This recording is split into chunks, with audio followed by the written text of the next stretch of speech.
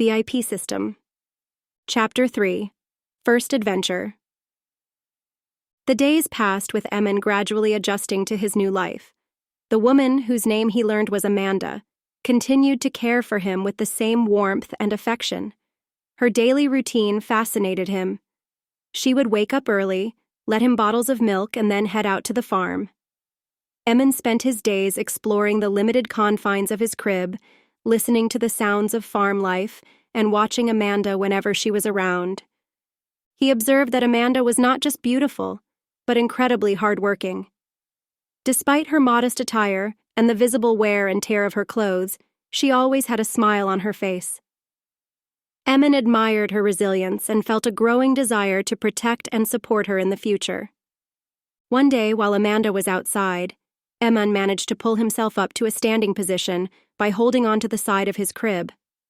The effort was exhausting, but it gave him a better view of the room. It was simple, yet cozy, with wooden furniture and handmade decorations.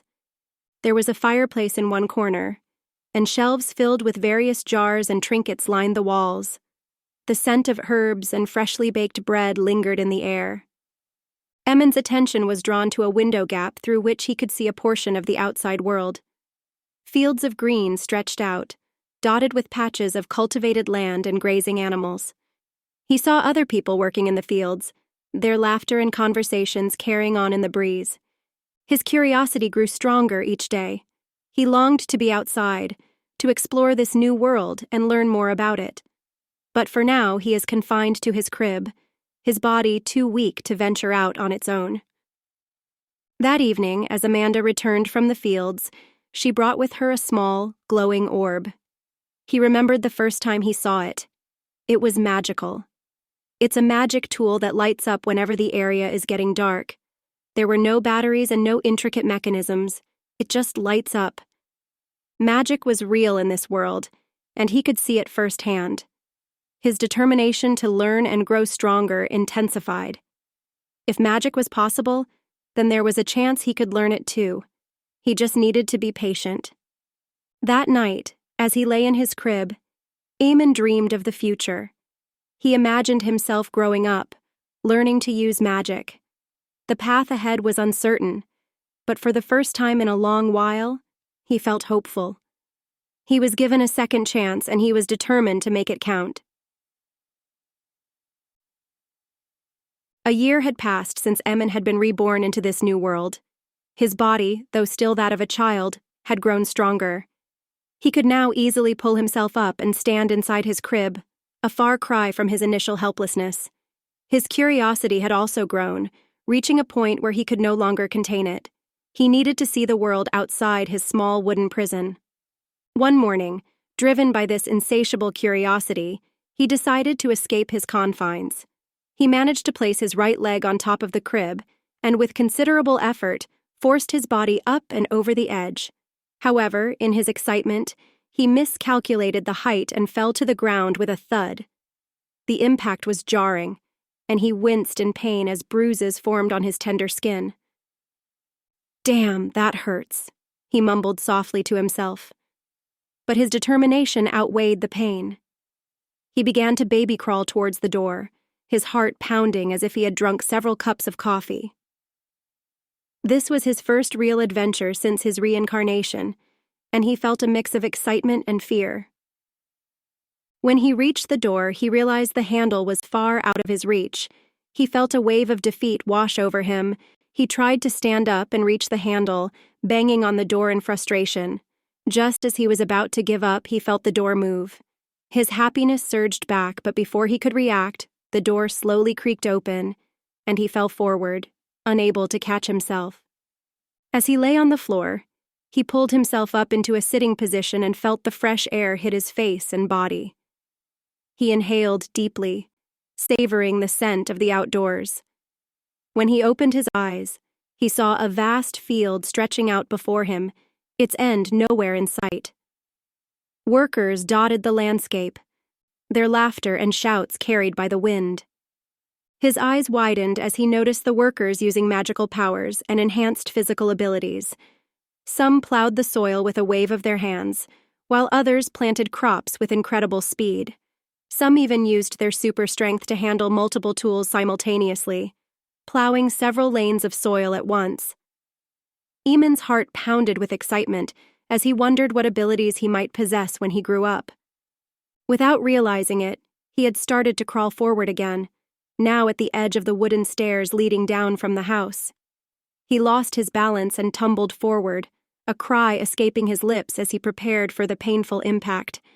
Suddenly, he felt himself being lifted, suspended in midair. "Feeling adventurous now, little one?" came a familiar voice. It was Amanda. She had somehow appeared just in time to catch him. He felt her wet body pressed against him, the result of her hard work in the fields. Despite the sweat, she still smelled sweet like morning flowers. Amanda looked down at him, her expression a mix of concern and amusement. She wasn't mad, just relieved that he was safe. Her cheeks were flushed, and she breathed heavily from the exertion. He noticed her dress, clinging to her skin from sweat, making her silhouette more defined. He also saw the gazes of the people working in the fields. The men looked at her with vulgar interest, while the women eyed her with jealousy and disdain. A sudden realization hit him. Amanda endured this every day, working tirelessly and caring for him despite their lack of blood relations. Anger welled up inside him. He swore to himself that he would grow strong, learn to use magic, and protect Amanda from the harshness of the world. He owed her that much, and more. This was his new purpose, and he would dedicate his life to it. As Amanda carried him back inside, she whispered gently, "You gave me quite a scare, little one, but I'm glad you're safe." She smiled warmly, a smile that reached her eyes, and Eman felt a deep sense of gratitude and determination. But before they even approached the door, an ominous shadow crept across the wide expanse of the field, darkening the bright day momentarily. The sudden silence was thick, laden with tension, before being shattered by a massive crash. The ground trembled under the force of the impact, sending vibrations through the soles of their feet. Dirt clouds mushroomed into the air, accompanied by a spray of tools and debris flying in every direction. One such tool, a rusty old hoe, spun dangerously towards them. Eman's tiny heart raced, his babyish instincts screaming for him to cover his face, but his limbs wouldn't cooperate quickly enough. Just when the collision seemed inevitable, a faint clang rang out, and a spark flickered right in front of them. To Eman's astonishment, the hoe was halted midair, inches from them. He turned his wide eyes up to Amanda, who stood calm and unflinching, her hand subtly lowered from a deflective gesture. Amanda's gaze was intense, her beautiful hair whipped around by the gusts that followed the mysterious disturbance. "So, she's not normal," Eman thought with a mix of awe and pride. Her powers were as real as the stories whispered by the wind. A deafening roar then tore through the air, pulling Eman's attention back to the field. What he saw chilled his blood, despite the warmth of Amanda's proximity. There, amidst the torn earth and startled workers, stood a colossal beast, its presence overwhelming. It wasn't just any animal. This creature had fiery red eyes that burned with malice, black shiny fur that seemed to absorb the sunlight, and sharp, menacing claws. If not for its multiple swishing tails, it could have been mistaken for a grizzly bear of mythical proportions. Above, the creature floated a bizarre apparition, a label of sorts that read, "Level, Black Oss." Eman gurgled and pointed, his baby voice unable to contain his excitement or fear.